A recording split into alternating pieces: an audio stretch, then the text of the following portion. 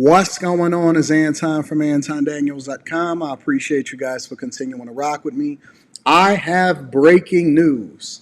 As of today, Politico and multiple other media outlets have now tapped into what Kamala Harris's plans are going forward. Now, we know that Kamala Harris was being reported as being on vacation. They said that she needed a long-awaited vacation.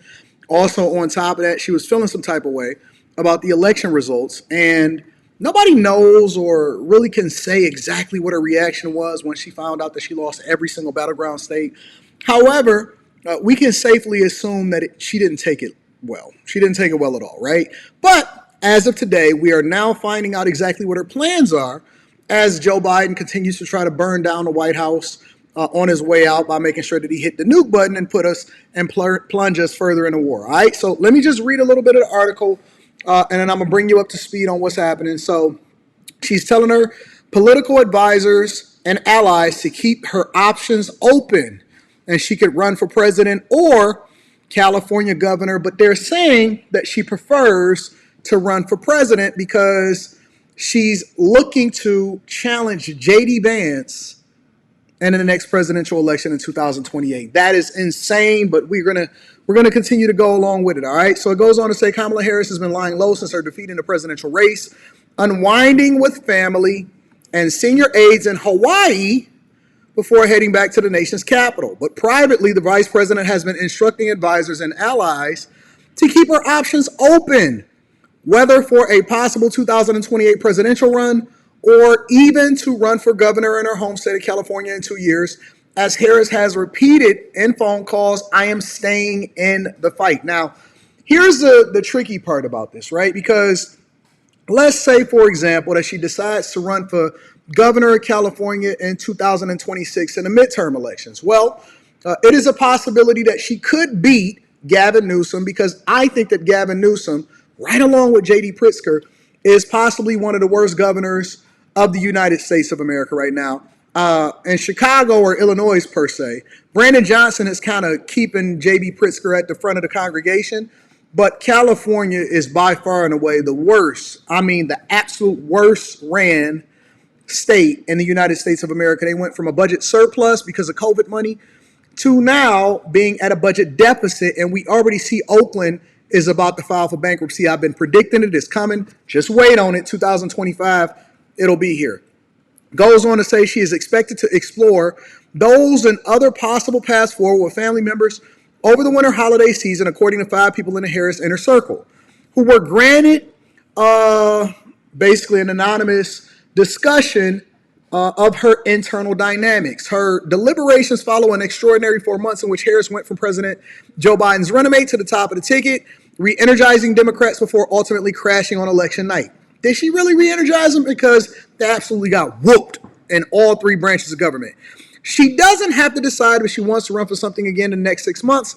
One Harris former campaign aide said, the natural thing to do would be set up for some type of entity that would give her the opportunity to travel and give speeches and preserve her political relationships. So she's basically prepping and taking a page out of Donald Trump's playbook and saying that I'm going to keep my options open while at the same time anticipating, because whatever it is that I decide to do, I should be supported by my fellow Democrats in my run for either governor of California, which that would be a toss-up, but it would be Christmas for Republicans if she decided to run in 2028, because J.D. Vance would absolutely mop the floor with Kamala Harris. But let's continue. Most immediately, Harris and her advisors are working to define how and when she will speak out against Donald Trump and reassert her own role in the Democratic Party, closing out her term as vice president. She is set to preside over the certifying November election. She lost to Trump, and then appear at once and future president's inauguration on January 20th. That should be a sight to see. I can't wait. I might even be there. There will be a desire to hear her voice. There won't be a vacuum for long. At the same time, Harris and her husband, Doug, I like to call her Kamala Emoff, will have a long checklist to plow through before they leave the Naval Observatory for good. They have to decide whether they will take up permanent residence at their home in Los Angeles or establish a base elsewhere. Probably stay in Los Angeles, especially if she wants to run for governor. No matter where Harris and her family live, some around her have expressed concerns about safety as her Secret Service protection expires in 6 months after stepping away. Following her meteoric rise in Washington and California, there are internal questions about standing up to federal committee to raise money. It will be the first time in 2 decades that the former senator and career prosecutor will be out of public office. Basically, she's going to be unemployed, but she'll probably drop a book in order to continue to run that bag up. That means she'll be standing up a personal office and nurturing her massive online presence without organizing principle of day-to-day governing. You just got to let them marinate in their own success, their own failures, or their own mistakes and their achievements. This is personal, says Donna, a close ally of Harris, a campaign manager for Al Gore, the last vice president who ran for president, lost and never ran again. Instead, he made climate change the cause of his life. Really, he made profitability the cause of his life. They say she has a lot of political capital. We're just going to skim through the rest of this. Other Democrats have lost presidential races, forced to regroup. There's no one who actually can relate to what she's been through the last 4 months. Others close to Harris believe that the current news cycle and speed at which the Democratic Party might start making decisions will force Harris, who tends to deliberate for long periods, to make some early decisions. Blah, blah, blah, blah, blah. So the point is that Kamala Harris is basically going to either run for governor and or president of the United States of America in 2028. I believe that she's going to go for both. I believe that she won't stay dormant for long. She's going to seek Gavin Newsom's seat, which is very interesting because we've been seeing Gavin Newsom basically prep himself for something. He's been trying to clean up the streets all of a sudden, mandating that different cities address homelessness, been taking photo ops, prepping himself. So is he prepping himself to defend himself as governor of California, or is he prepping himself to possibly run for president of the United States of America in 2028? Either one would be awesome for the Republican Party, and we're looking forward to it. So I'm curious as to what you guys think. Do you think that this will be a great thing for the Republican Party? Do you think that Kamala Harris actually has a chance 4 years from now? Do you think that she thinks that it was a fluke because she only was able to run a limited campaign for a limited amount of time, and that is the reason why she lost the presidential election? And do you think that she would be able to defend herself against somebody like a J.D. Vance and a strong, and when I say strong, a strong backing of the Republican Party? The Republican Party is pretty much like the Avengers at this point. Is nothing that's stopping them. They are steamrolling. They got the backing of Iron Man, Elon Musk. They have the backing of Vivek Ramaswamy. I think that over these next 2 years, they're going to completely transform what the United States of America looks like.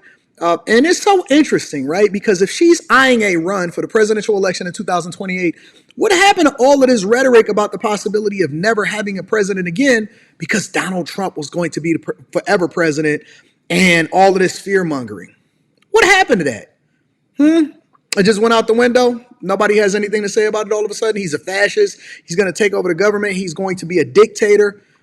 Isn't that interesting how the Constitution, these legislative branches still serve and nothing has happened and nothing is anticipated in happening, but they're already planning to be 2028 running for president of the United States of America? I think that the biggest thing that we need to be worried about right now, because this is, again, Christmas come early, but the biggest thing that we need to be worried about is whether or not Joe Biden is going to nuke the entire government on their way out the door. And more importantly, how bitter is Joe Biden and Kamala Harris towards each other because they pushed him out, they pushed her in, she still lost. And I remember when Obama and Biden, first Obama, he said that he didn't know if we wanted to support Kamala Harris for president of the United States of America. He's one of the long holdouts, and they gave him grief for it. And Joe Biden and Obama was having a conversation at a funeral in which they were basically saying, according to lip readers, that she wasn't ready.